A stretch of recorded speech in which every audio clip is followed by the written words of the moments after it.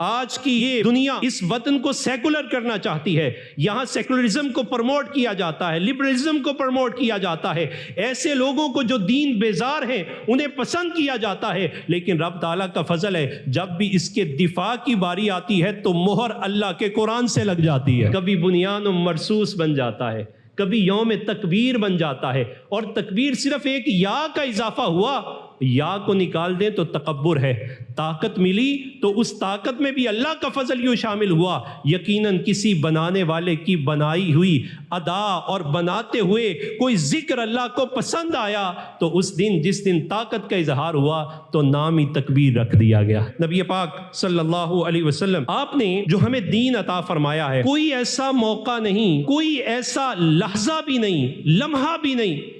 کہ جس موقع پر ہمیں آقا مولا صلی اللہ علیہ وسلم نے ہماری رہنمائی نہ فرمائی ہو۔ اسلام ہماری تربیت کرتا ہے جب تم تکبیر کہو تو اس تکبیر کے اندر طاقت کا حصول بھی ہو، اس کی تڑپ بھی تمہارے اندر موجود ہو، اور جس کام کے اندر تم موجود ہو چونکہ تم مسلمان ہو، تم صرف میٹیریلزم کے دائی نہیں ہو، تمہاری ساری کی ساری توجہ اسلحہ پر نہیں ہوتی، وہ کافر ہے جو شمشیر پہ بھروسہ کرتا ہے، جبکہ تم تو روحانی طاقتوں کے امین ہو، تو تمہارے کام کے اندر جب اللہ اکبر شامل ہوگا تو جہاں وہ دنیاوی اعتبار سے چیز مضبوط بنے گی وہاں روحانی اعتبار سے بھی بڑی مضبوط بن جائے۔ اسی وجہ سے مسلمانوں کے تحفظ کے لیے جو تھوڑی بہت کوشش بھی کرتا ہے، اللہ تعالیٰ کے ہاں اسے بے پناہ انعام کا مجدہ عطا کرتا ہے۔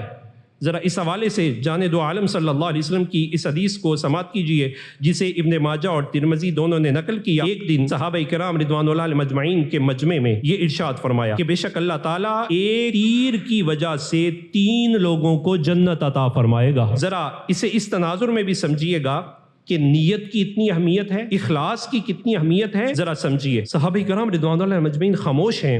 ایک تیر ہے اور 3 بندوں کو جنت۔ اس خاموشی پر نبی پاک صلی اللہ علیہ وسلم پھر کلام فرمایا کہ وہ شخص جو تیر کو بناتا ہے اور بناتے ہوئے اس کی نیت خیر کی ہے۔ آپ اس کو آج کے ماڈرن ورڈ میں لے لیجئے کہ کوئی اسلحہ ساز انجینئر اسلحہ بناتا ہے، یا کوئی مجاہد ہے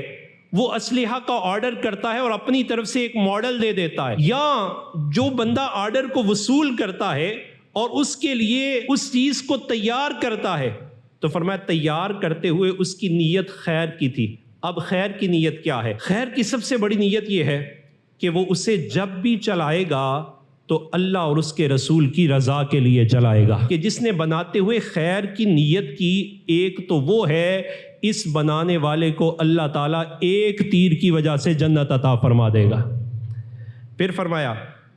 وَالرَّامِيَ بِهِ، بنانے والے نے تو اپنا کام کر دیا۔ ظاہر ہے ہر بنانے والا چلانے کی صلاحیت تو نہیں رکھتا، وہ نشانہ باز بھی نہیں ہو سکتا، وہ چلانے کا ماہر بھی نہیں ہو سکتا، چلانے والا تو کوئی اور ہے۔